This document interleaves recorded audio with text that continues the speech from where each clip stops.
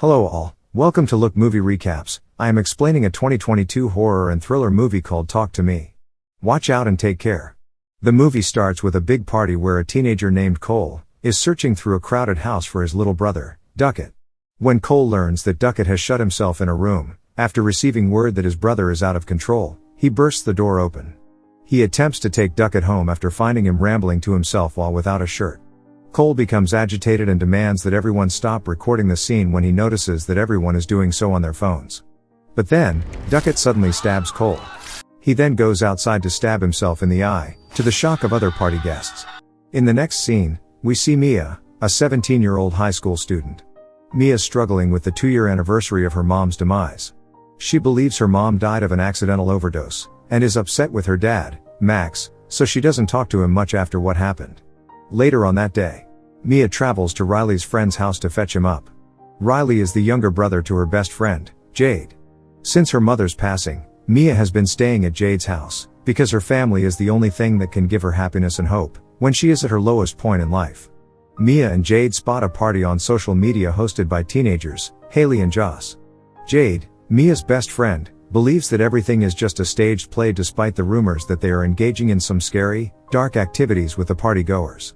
Mia wants to see for herself, so Jade decides to go only because her boyfriend Daniel will be there. Together with her younger brother Riley, they all three sneak away and go to the gathering. They eventually arrive at the gathering, where we meet Jade's partner, Daniel, who turns out to be Mia's ex-boyfriend.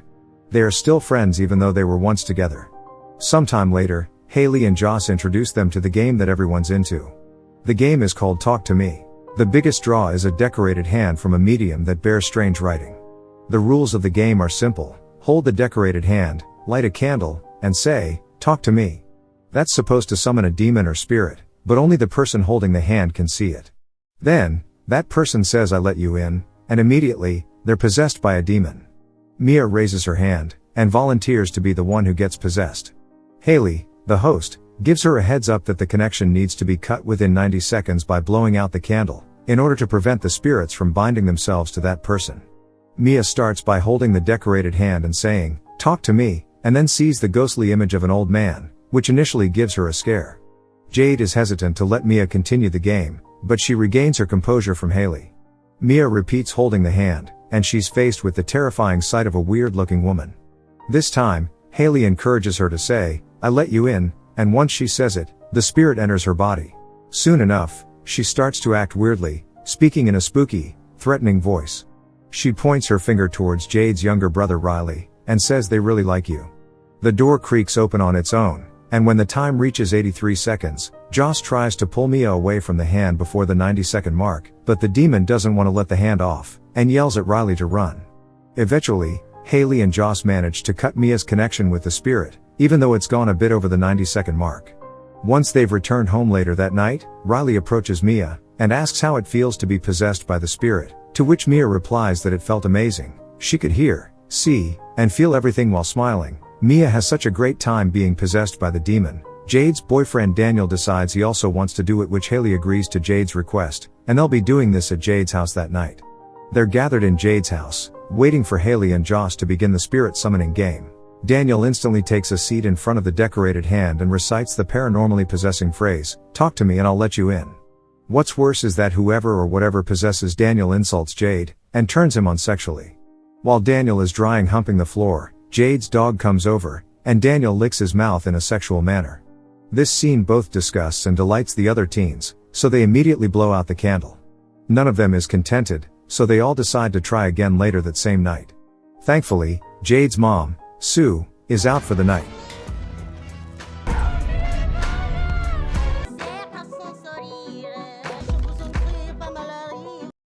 When Riley asks if he can have a turn, Jade says no since this game is too dangerous, and the others agree because he's too young. As a result, Jade and Riley have an argument, and Jade leaves the room for a moment.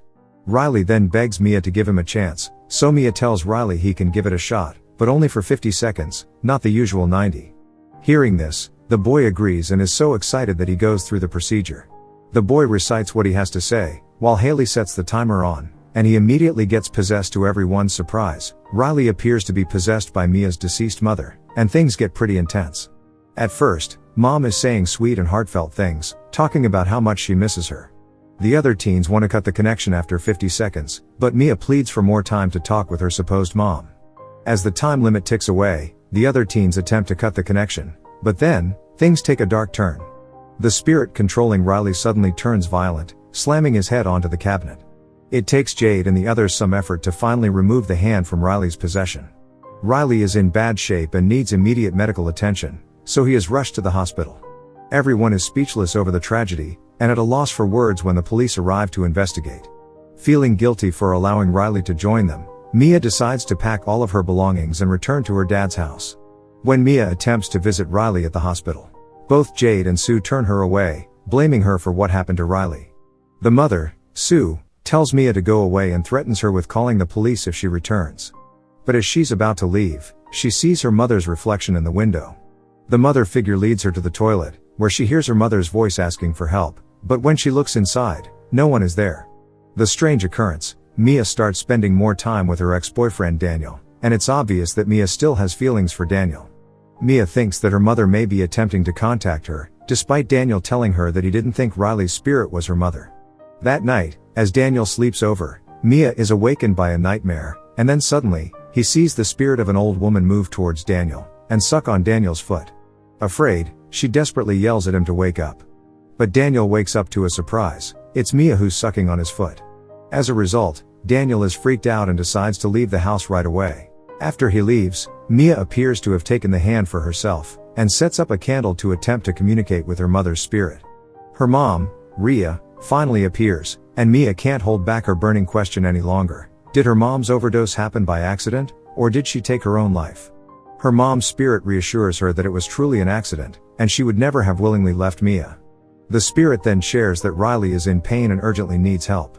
Over at the hospital, Jade is trying her best to assist Riley, but he's still under the possession, and ends up biting her. He then falls to the floor, banging his head against the wall in the bathroom. The demon inside him is trying to harm him, but fortunately, the doctor intervenes and controls the situation. Fast forward to the next scene, Mia is seen joining forces with Daniel, Haley, and Joss as they set out to find Cole, the first man we saw in the opening scene. We learn that Joss got the hand from Duckett, who we saw kill himself at the beginning. They then meet Cole, who blames Joss for always inviting Duckett, his late brother, to play the demonic hand. Cole then goes on to say that the longer the spirits stay in Riley, the weaker they become, so their best option is to wait it out. Mia, worried that time is running out for Riley, comes up with a plan. Her plan is to make Riley finish the game, because she thinks they forgot to blow out the candle during his possession. So, she goes to the hospital in an attempt to get the spirits to repossess Riley, and find a way to bring him back, but it doesn't succeed. Mia then decides to enter the spirit world to rescue Riley's soul, which she believes is being held captive by the spirits. Suddenly, in a vision, she encounters the spirit of a little girl, and begs the girl to bring her to Riley. The girl then lets Mia in, and reveals that Riley is being tormented by many other violent spirits in limbo. When she regains consciousness, she tells her friends that the spirits are not gonna stop hurting Riley. Once Mia returns home, Max, her father, approaches her and says he wants to reveal the truth about her mother's death. He apologizes for not telling her sooner and shows her Rhea's suicide note, confirming that her death was not an accident. Devastated and in tears, Mia sees Rhea's spirit. But then, Mia hears her father banging on her door, and the mother claims that Max wrote the note as a lie, and says that the spirit is imitating Max. They're imitating him. While the father is seen in the adjacent room. Rhea also insists that Riley can only be saved if the boy dies here. The spirit who imitates her father Max enters the room, and is violently attacking her. The actual Max can hear the commotion from the other room, and finds that Mia's door is locked, so he breaks down the door to check on her. Just as Mia attempts to stab the spirit attacking her, she ends up accidentally stabbing her real father in the neck with scissors. Later, Mia calls Jade and tells her to come to her house as she knows what to do, but it turns out that she tricks Jade into leaving the hospital, while she goes there to see Riley. But then, Jade's mother Sue shows up, and apologizes for what she said previously. Sue reassures Mia that she was never to blame for what happened to Riley, and she allows Mia to be alone with him for a minute. Now almost entirely under the influence of the demonic spirits, Mia becomes convinced that the only way to save Riley is by killing him, believing it will end his suffering. So, she attempts to kill Riley with the same pair of scissors, but she just can't bring herself to go through with it. In the meantime, Jade, who comes to Mia's, can't find her anywhere, but instead, she finds her father in critical condition. Jade quickly calls for an ambulance and alerts her mother, warning her that Mia poses a danger to Riley. Sue then rushes to Riley's hospital room, but her son has gone with Mia. Jade returns to the hospital. She sees Mia pushing Riley in the wheelchair in the distance, and quickly follows her. Mia decides to wheel the boy to the side of a busy highway, intending to end his misery. In her hallucination, she sees him as an old, decaying spirit. Ria's spirit tries to persuade Mia to push Riley into oncoming traffic by whispering that she is proud of her and that she's doing the right thing. So, she removes her hands from Riley's wheelchair, causing the incoming car to collide with something in the road. We then see Mia lying in the middle of the road, as if she's the one who was hit by a car and badly injured. When she regains consciousness on the street, Mia sees Jade taking care of Riley by the roadside. All of a sudden, she finds herself in the hospital, but everything seems weird and strange. Riley appears to have made a full recovery, and is leaving with Jade and Sue. Max also seems to have healed from his injuries, but as Mia tries to follow them, nobody can hear her. Everyone leaves, ignoring her desperate screams for them not to leave her all alone. Then, she finds herself in pitch black emptiness. Out of nowhere, she notices a faint glimmer of light. Curious, she heads towards it, and realizes it's a candle. And there's a hand extending from it. She moves to grab the hand, and then this happens. She's transported to a completely different place, at a party, and the guy holding her hand looks at her in shock before muttering, "I let you in." This means that Mia is now a part of the hand game, but now that she's dead, she's the spirit. The movie ends. If you've watched this far, thank you. Subscribe for more videos like this. Have a great day.